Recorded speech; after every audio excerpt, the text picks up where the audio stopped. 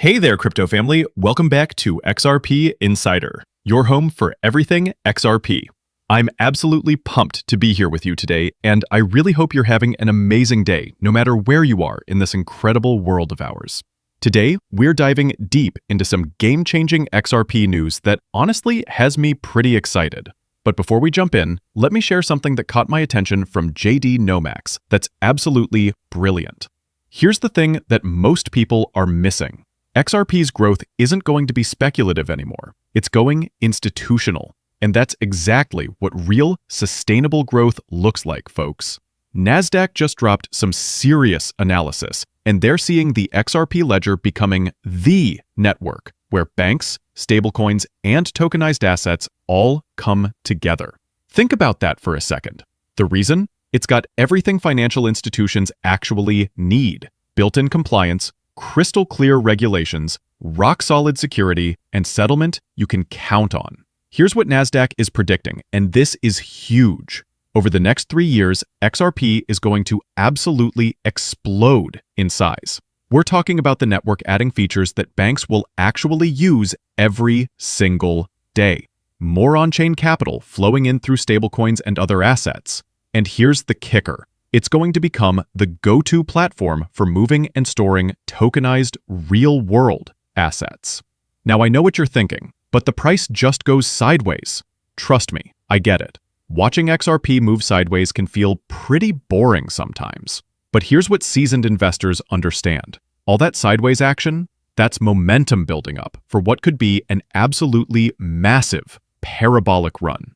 While everyone's focused on the price chart, there's incredible growth happening behind the scenes that just isn't reflected in the numbers yet.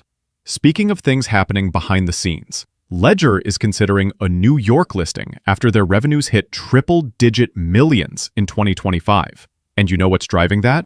Record crypto hacks and people finally waking up to the fact that they need cold storage wallets.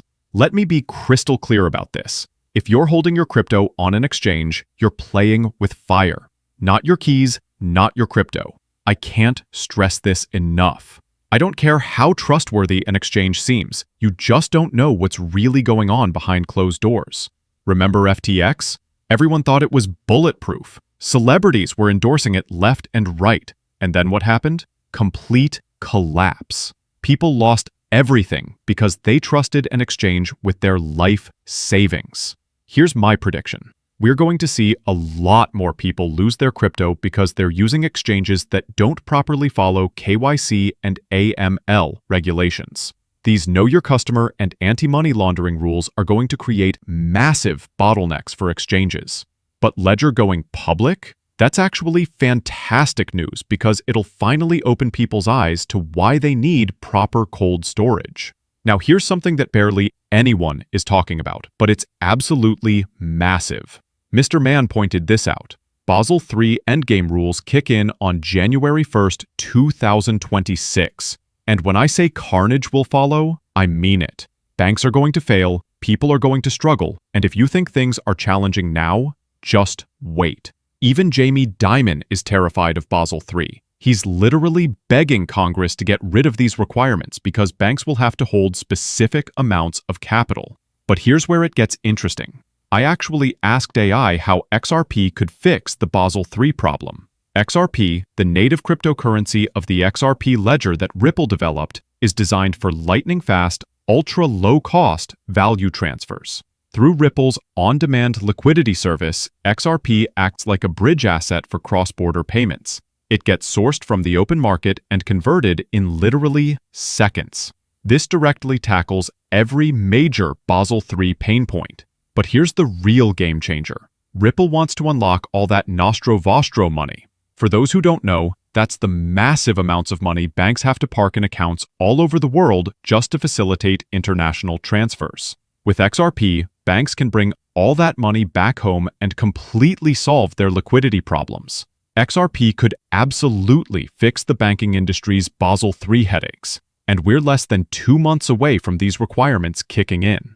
Finally, let's talk about something that's got people worried. There's been analysis comparing the current Bitcoin and crypto sell-off to what happened after the 2000 dot-com crash. Long-term crypto investors are selling off their assets, And some people think this is preventing crypto from hitting that blow-off top we've all been waiting for. But here's what I've learned after years in this space. Just when everyone thinks the cycle is completely over and done with, that's exactly when crypto starts moving back up again. The market has a way of surprising everyone when they least expect it. So there you have it, folks. Institutional growth, cold storage awareness, Basel III solutions, and cycle psychology, all pointing toward some incredibly interesting times ahead for XRP and the crypto space in general. And then here's where things get really interesting. The FOMO cycle repeats itself, right? People have to come back in because of that fear of missing out. But here's what I think is going to be completely different this time around. I don't believe people are going to be FOMOing into Bitcoin when it's sitting around $100,000. Think about it. That's just too expensive for most retail investors. And Ethereum? Forget about it. Most people can't even afford one full Ethereum anymore. So what are they going to do with whatever money they have? They're going to be much smarter about it. They're going to buy decent bags of altcoins that actually have utility. Coins like XRP, XLM, XDC, HBAR. These are cryptocurrencies we know can be utilized within the ISO 2022 standard, and that's huge. Here's something that really gets to me. Every single time they talk about crypto potentially crashing, they always look backwards. They think the past is just going to keep repeating forever. Take the 4-year cycle. People are already talking about 2028, and we don't even know if there will be a 2028 cycle. You know what's going to change that 4-year cycle? Utility. Real-world utility is going to completely transform how crypto works. Right now, we're literally on the verge of mass institutional adoption, with regulatory clarity finally coming to the United States. That institutional adoption is going to lead to mass adoption all around the world. So how do we go back to those speculative runs we've seen in the past? Honestly, I just don't see it happening. Utility is going to change absolutely everything. Here's where it gets really fascinating, and honestly, a bit hypocritical. Banks are out there in the mainstream media saying Bitcoin and crypto are only used for illicit activities, that there's no real value, that the government should just get rid of crypto entirely. But want to know what Jamie Dimon is doing behind closed doors at the same time? And what are your thoughts on stablecoin and Bitcoin? That's a loaded so question. this is a great way to deal with an issue or something like that. Whenever we meet as a business unit, so it could be a small business unit like consumer branches or a big one like global investment banking, on the table and on the agenda is what are you doing in tech, AI, et cetera. That is always on the agenda. And I do it differently than other people. I don't say what's in your budget. I always say, are you doing everything you need to do to win in the future, period. And I don't care what the budget says. I don't care what it is. And you may walk in and say, you know what, I was just over somewhere, I really need to do X. My view is you better be doing X. You know, so to me, the budget is a roadmap. It is not your boss. And so I make people, we're going to do that. Stablecoin was one where I don't know how it's going to play out. But that also answers my question is, what do we do about it? We're involved. We're building a stable coin. We may build it with other banks. We have a JP Morgan deposit coin already, which I can pay you interest on. We use the blockchain. Any of these tools that you want to use for smart contracts and stuff like that, we are simply going to do. I don't know how it's going to sort out. But I'd rather be plain, which keeps us smart, than acting like I know the answer to it. And so, and we do that with all technology. Whether, you know, sometimes regardless of what I think about it, I want you to be dabbling in it. Because you're being smart, and it is much more important than saying Jamie does or doesn't like it and something like that. So, and we do that with almost all frontier type of technologies. And it's not just JP Morgan, it's all these other major banks too. That's exactly why they come out publicly and tell you crypto is bad, that it's only used for criminal activity. But in the background, they're embracing it like crazy. Here's the reality. Banks also have to keep up with technology. And technology never slows down. It only advances into the future. If banks want to be future-proof, they absolutely have to embrace the newest innovations out there. That's why JP Morgan is getting heavily involved with stablecoins.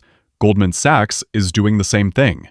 And soon it'll be every single bank in the world. Speaking of which, check this out.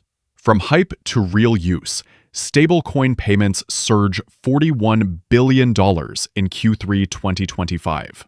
And of course, stablecoin payments are going to continue surging. This is exactly why Ripple created RLUSD and why Jamie Dimon created JP Morgan Coin. But here's what they all need: a bridge currency. Because other institutions aren't going to accept JP Morgan Coin, right? So you start out with JP Morgan Coin, you bridge through XRP, and you come out as Goldman Sachs Coin or any other institutional token. I look at stablecoins as basically the introduction to crypto. They're pegged to $1, so banks get comfortable using digital money without the volatility. It's like training wheels for the traditional financial system. Once banks get used to stablecoins, they'll naturally start utilizing coins like XRP, XLM, XDC, and others. Stablecoins are the gateway drug to crypto. That's exactly how I see it. And get this, crypto craze sweeps hedge funds as 55% add digital assets to portfolios. This number is only going to keep rising. Hedge funds, 401k providers, everyone's getting involved with crypto now. Look what's happening with retirement accounts. All these 401k plans suddenly want to include crypto options because they're finally realizing this is the future. They know they need to get in early to beat the competition, because once everyone else is in, you're just playing catch-up. It's the same thing with banks. When banks start utilizing crypto on a daily basis, it's going to set off a massive network effect. You only need 2 banks in the world to really commit. One bank in the US and one bank maybe in China or another major economy. Once they start utilizing crypto for real transactions, other banks are going to pay attention and start using it too. The domino effect is going to be absolutely incredible to watch. And then each additional bank has to start using it. And that's exactly how you achieve true mass adoption. Now here's some massive news that could change everything. Trump pledges to sign Clarity Act, fast-tracking US crypto rules as China accelerates. Honestly, I never really see China talk about crypto that much anymore. I think that whole China is racing ahead narrative is just being used so the US can justify pushing forward aggressively. But regardless of the politics, let me break down what the Clarity Act actually does, because this is huge. Here's what the Clarity Act brings to the table. It defines digital commodities. So assets that function like commodities will fall primarily under the CFTC, giving spot markets a clear federal regulator. The SEC still stays in play where it actually matters. Capital raising that looks like securities will still trigger SEC disclosures and anti-fraud protections. The bill aims to stop regulation by lawsuit without weakening investor safeguards. Think about that. No more regulatory uncertainty through courtroom battles. It creates fit-for-purpose registrations. Exchanges, brokers, and custodians get tailored compliance lanes instead of trying to retrofit old equity market rules to blockchain technology. That's been a massive problem. It codifies market integrity, surveillance, custody, and standards that are specifically spelled out for digital assets. This reduces all the guesswork for compliance teams and banks. But here's what it's really going to do, and this is where it gets interesting. It's going to make all the exchanges either fully compliant or they're going to disappear. We're going to see a major shakeout in the exchange space. More importantly, it's going to separate speculation from utility. And that's where I think the real value is going to start forming around XRP and similar utility tokens. Here's the thing about institutions. They don't want to invest in pure speculation. They don't want to invest in something that could go completely wrong later. Think about Bitcoin for a second. What if the world suddenly finds out who Satoshi really is and Bitcoin comes crashing down? Or what if this mysterious Satoshi decides to sell off all of his Bitcoin and the price goes plummeting? Institutions want somebody who's going to be in charge, someone they can hold accountable. That's exactly what you get with XRP and Ripple. The act also protects consumer choice and privacy. The package includes guardrails around a USC, BDC, and reporting requirements, reflecting bipartisan concerns over financial surveillance. One thing I really like is that the US is pushing away from a central bank digital currency. But let's be honest, a stablecoin and a CBDC aren't that much different. They're really not different in any way except for who issues them. That's literally the only difference. And then there's this story in USA Today that caught my attention. UBI, Universal Basic Income Advocates, continue to push whether some type of program can replace some of the existing welfare safety net. Hamilton said, the argument for implementing is much more elemental. In the wealthiest country in the world, can we set up a system where millions of people are not getting left behind in these economic swings? So what they're doing is trying to replace the traditional welfare system with universal basic income. And you're going to see UBI talked about more and more as we witness the rise of AI.